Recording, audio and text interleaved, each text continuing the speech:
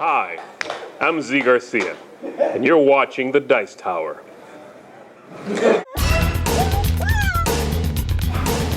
Hi, I'm Eric Summerer, and here's what's coming from The Dice Tower this week.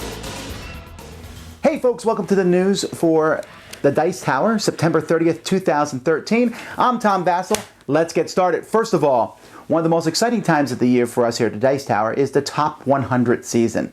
This is something I started years ago when I went to a convention and they asked me to list my top 100 games. And I said, wow. So I worked on the list. And then I thought the list was interesting, and so when I started doing videos, I started producing the list via video. It was one of the first videos we did, and remains one of our most popular series. So over the years, I've done my top 100, and next week, I will start my top 100 for this year, including the games from this year, and you'll see what games have changed with an interesting twist, and you'll have to wait and see next week what I do. And Melody, my daughter, will also be doing her top 100, and so she's been doing that for several years, and hers is interesting. Right now, you're also seeing Ryan Metzler's top 100. He's a very strong Euro gamer, so you can see it from his perspective, and we did Eric Summers earlier this year. And so we usually do them in lots of 10 games at a time, so there's 10 videos in each series. But one of the most exciting ones is the People's Choice Top 100. That's where you can get involved. And each year we've had many people vote. So far this year, 900 people have gotten involved, but I'm sure more can get involved. That includes you. Where you go to the Dice Tower website and you can vote for your favorite games. You can vote for up to 20 of them. The order you put them is important. Your first game will get more votes than your last game. You could put just one. You could put all 20. It doesn't matter to me. Just pick games that you really like. You'll have to sign in to do the process, but we're not giving your information to anybody. We don't even keep it ourselves. It's just a way to keep people from spamming the system. Now, I'm going to end this voting very soon. I'm going to say that we're going to end it somewhere around Wednesday or Thursday of this week. So do not delay. If you're thinking about voting, go vote now. Tell other people to vote. The more people to vote, the better it is. You can even try to push whatever game you want, although I don't know that that will change things very much. I'm going to announce these a little bit differently than I've done in the past. I'm going to be doing it this coming Saturday at 8 p.m. Eastern Standard Time. 8 p.m. Eastern Standard Time this coming Saturday, and I'll be doing it live, so you'll be able to watch it, and we're going to do the first 50, and then we'll do the next 50 next week, and I'll tell you what time that will happen next week. So I'm just going to sit there and I'm going to tell you what the top 50 are. You'll have a chance to watch live and see what they are. And when we're done, maybe some questions, answers, some discussion about the particular games that the People's Choice have done. So it'll be 8 p.m. Eastern Standard Time. Go to the YouTube channel. I'll schedule it sometime today or tomorrow so that you can see what's coming up. So that's the Dice Tower Top 100. Now let's get to the news.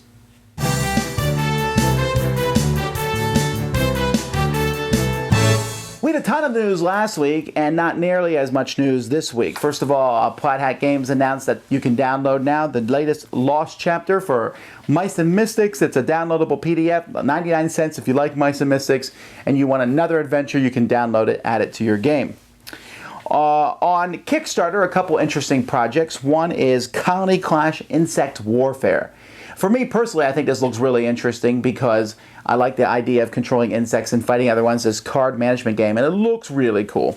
And Marrying Mr. Darcy, which is like the total opposite. It's set in, obviously, the Jane Austen novels, and it has a really neat Victorian look to the game. So I don't know anything about these games, if they're any good or not, but I thought they both looked interesting.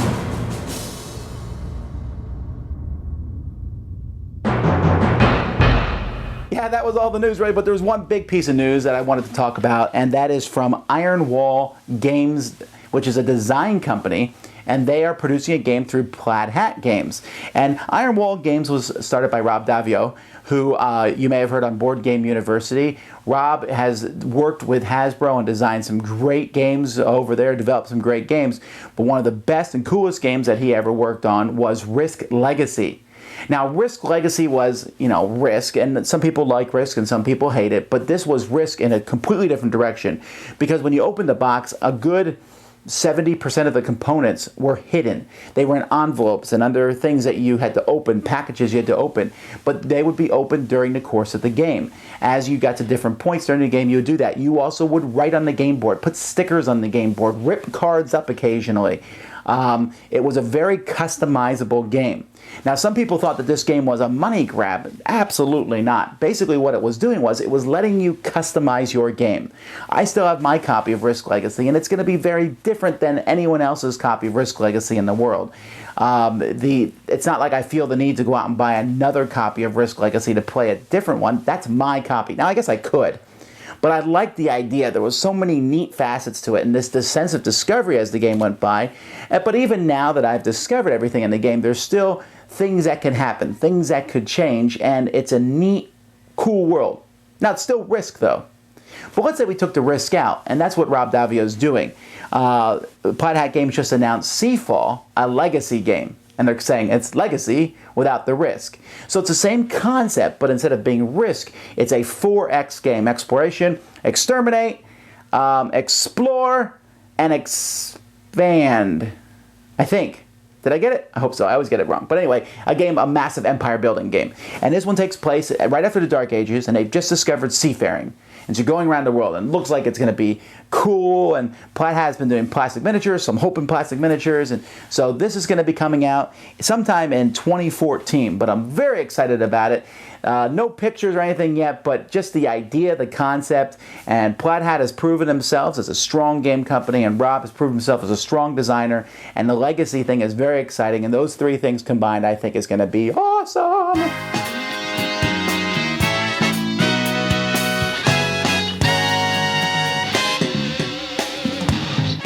Dice Tower Network this week, folks.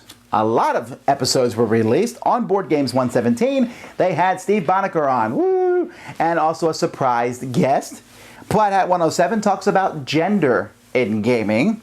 Not Just Another Gaming Podcast, number 36, they review Nothing Personal, a game that I designed. They better be nice. And a bunch of other games they take a look back at. They look at some new games and some older games. Flip the Table, number 38. They normally take a look at terrible, horrible old games. This time they take a look at eBay, the electronic talking game. I bet they thought that was horrible, but it's actually quite a good game. I wonder what they will think of it. Cardboard Jungle number 24 starts to take a look at Essen. There's a big fair each year, one of the biggest in the world in Essen, Germany, the Spiel Fair, and tons of games. So they do a preview of that, part 1. D6 Generation number 133 takes a look at Firefly. The board game. The Long View has Chad McCash on, and they take a look at 1812 and 1775, both light war games. Geek All-Stars number 62, they talk about the idea of pitching a game. One of them actually pitches a game to the other one, a game idea. Rolling Dice and Taking Names takes a look at Augustus. The Party Game Cast takes a look at party games about business. Board Game University coming out this Thursday. I'll be interviewing Colby Dock from Plaid Hat Games, so you can take a listen to that, see how he started his company. And let's see, Dice Tower will be coming out tomorrow. We talk a little bit about combat systems in games and a whole bunch of other cool stuff. You'll see that then. You can find all this at DicetowerNetwork.com.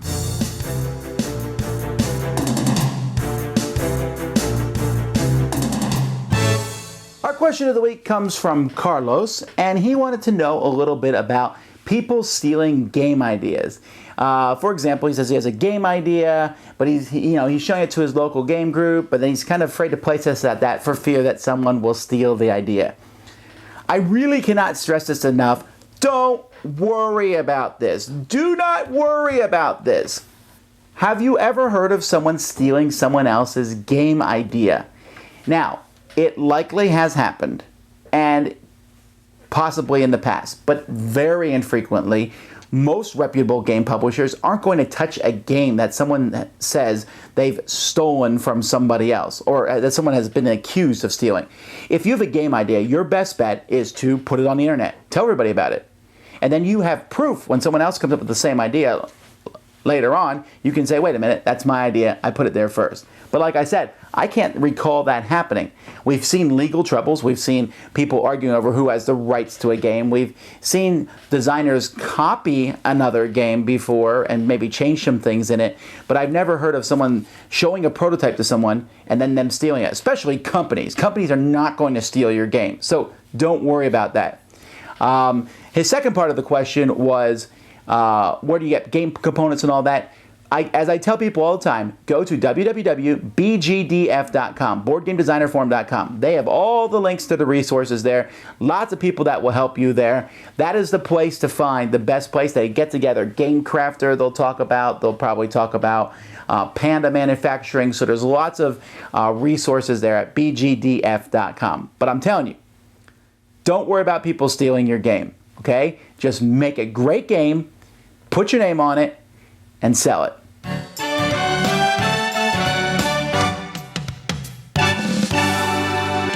Well, there's going to be some great games reviewed this week, folks. One of these games is super duper duper, and another game is very good, and one of these games is not as good as you think. Another game is okay. Which games am I talking about? Well, you have to wait and see. Down here we have Global Mogul from Mayfair Games, Economic, Railways Express, Devastation of Endines, NFL Game Day, the new expansion for Escape, Deadwood Studios, a couple kids games, Innovation Echoes, Alliances, Dungeon Twister the card game, Love Letter, the new version, Relic Runners, the new Days of Wonder game, and High Command Hordes. Those are all coming from me, and you also see some reviews from the other guys, and you'll have to wait and watch the channel to see what comes out, but we got plenty of them coming this week.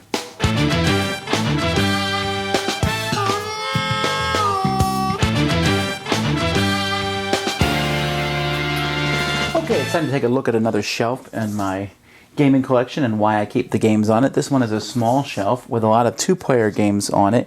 Mostly here, we have these games here are from a line, the Cosmos two-player line, a line that's not nearly as spectacular as it once was, but when it was in its heyday, these were the games that everyone talked about. Lost Cities, of course, a great two-player game.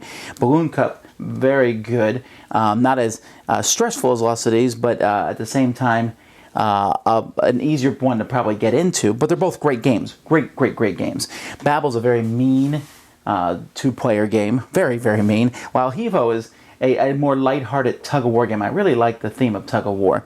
And Starship Catan and Jambo are both great underrated games. Starship Catan is based on the Starfarers of Catan, but it's a two-player version, and it is spectacular, folks. If you can find it, get it.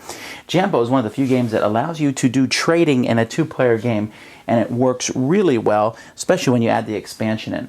There's a lot of Cosmos two-player games, and I like many of them, but I only have so much room, and these are the ones that made the cut. Agricola, All Creatures Great and Small from Z-Man Games has the same kind of feel. It's like Agricola for two players, except it lets you do the most fun thing in Agricola, which is to fence in the animals. Call to Glory is a reprint of Drive, which was a reprint of Crazy Chicken. It's a very easy card laying, placing game, and yeah, it's a 10, but I do like it, and I like the samurai theme. These two games are from the Blue Box line, which is out of print now from Descartes, from Euro Games. Oh, wow, these were great games, and many of them I liked, but these are the two I've kept. Castle, which works really well, from 2 to 6 players. It's a very strategic game with 2 players, very chaotic game with 6, very different feel, actually. I like it with both. It's about placing cards into a castle and making other people remove their cards. Fantasy Business is a game where you just straight out lie to someone's face. Very interesting game. You have to watch my review for more information on that. Number League, superheroes. Woo! Superheroes, and you put together heads, torsos, and feet to form superhero bodies. Lots of fun. And this game here has no name on the side, which drives me nuts, but it is Flash Duel, which is a 2-player version of Reiner Knizia's On Garde, except here David Serlin took the idea and added a whole pile of special powers to it. So these are all small games, but they pack a lot of punch and are very fun.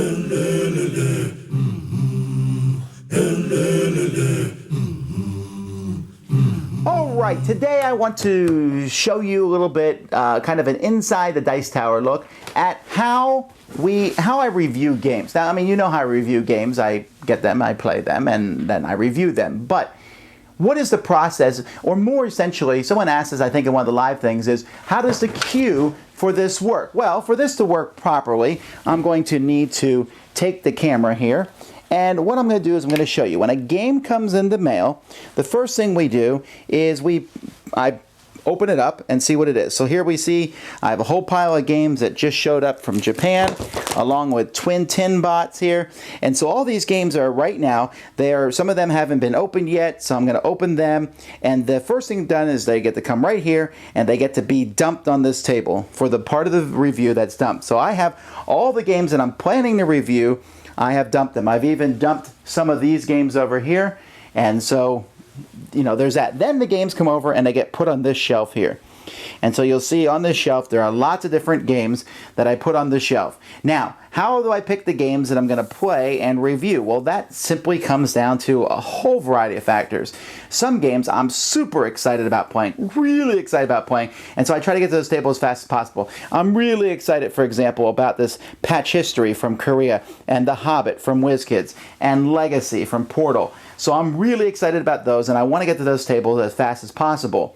Other games are easier to get to the table. Like down here, you can see that Quarto and Ovo and all those abstract strategy games. I'm going to be able to get those and play them very quickly and multiple times because they're quick, fast, two-player games.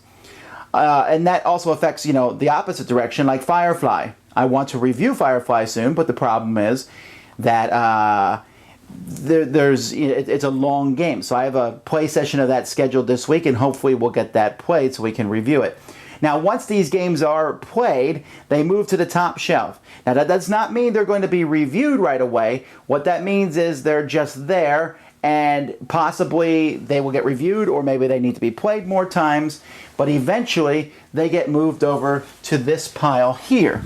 And this pile here is all the games that I plan to review this week. So these are the games that I'm planning to review this week. And then once they get reviewed, then they either go onto the shelf or more likely they go back here. So let's follow the trail here. Shut the door. So we can move through here, through the kitchen, through the living room. I'm just taking a peep on a tour of their house. Is our bedroom clean? No? Okay, so then I'll try not to show stuff, but over here, here's my suit. Here we can see all the games that are on their way out. These are the games that we put here, and we'll be selling those at the Dice Tower convention, or I give them to people in my gaming group. Now I'm in trouble for that unauthorized visit of the house.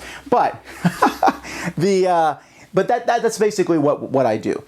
So getting these games and playing, some people say, why has that game been on your shelf for so long? For example, CO2 is on my shelf for a really long time because my plays of it so far aren't enough for me to do a proper review of it, in my opinion. So, and I'm still not sure that it's the game that I'm even going to review. Sometimes the game's here for a while and eventually moves away, and I give it to one of the other reviewers in a Dice Tower review, or different things. And sometimes the game here is just so, in my opinion, not worth reviewing because they send me a box full of paper, essentially, not very good quality. And that has happened to a few games here. Or a game is just not the kind of game. For example, I know a lot of people wanted to see Dreadball being reviewed, but it just isn't my style of game. And so it wasn't going to be reviewed. So it got moved to another location. It's really at my whim when you'll see games reviewed, but I do try to review them as quickly as possible. We put out a lot of reviews over the past month, and I will continue to do a lot of reviews, but that's just a little bit of an insight on how the process works, at least for me.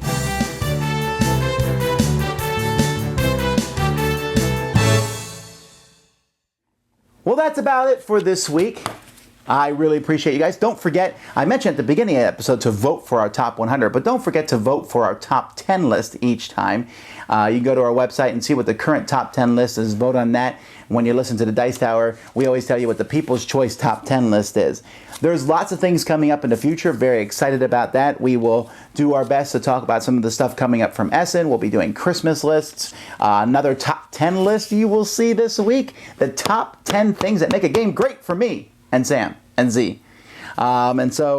There's exciting things in there. You can always go to Dicetower.com to find all this. You can like us on Facebook. You can subscribe to us on Twitter. There's plenty of ways to be involved with the Dice Tower. I really appreciate you guys. I'm glad you watch our show. This past week, we passed 20 million views. That's super exciting. Tomorrow or the next day, we'll pass 50,000 subscribers, which is also exciting. And I hope we're a little bit better than what the IT crowd showed us to look like. But if not, we'll try to improve. Until next time, I'm Tom Vasel, and you've been watching The Dice Tower. To find out more about all of our podcasts, check out DicetowerNetwork.com. To see a listing of our videos, head to Dicetower.com. We'd like to thank our sponsor, Cool Stuff Incorporated, where you can buy games for great prices. Cool stuff in stock.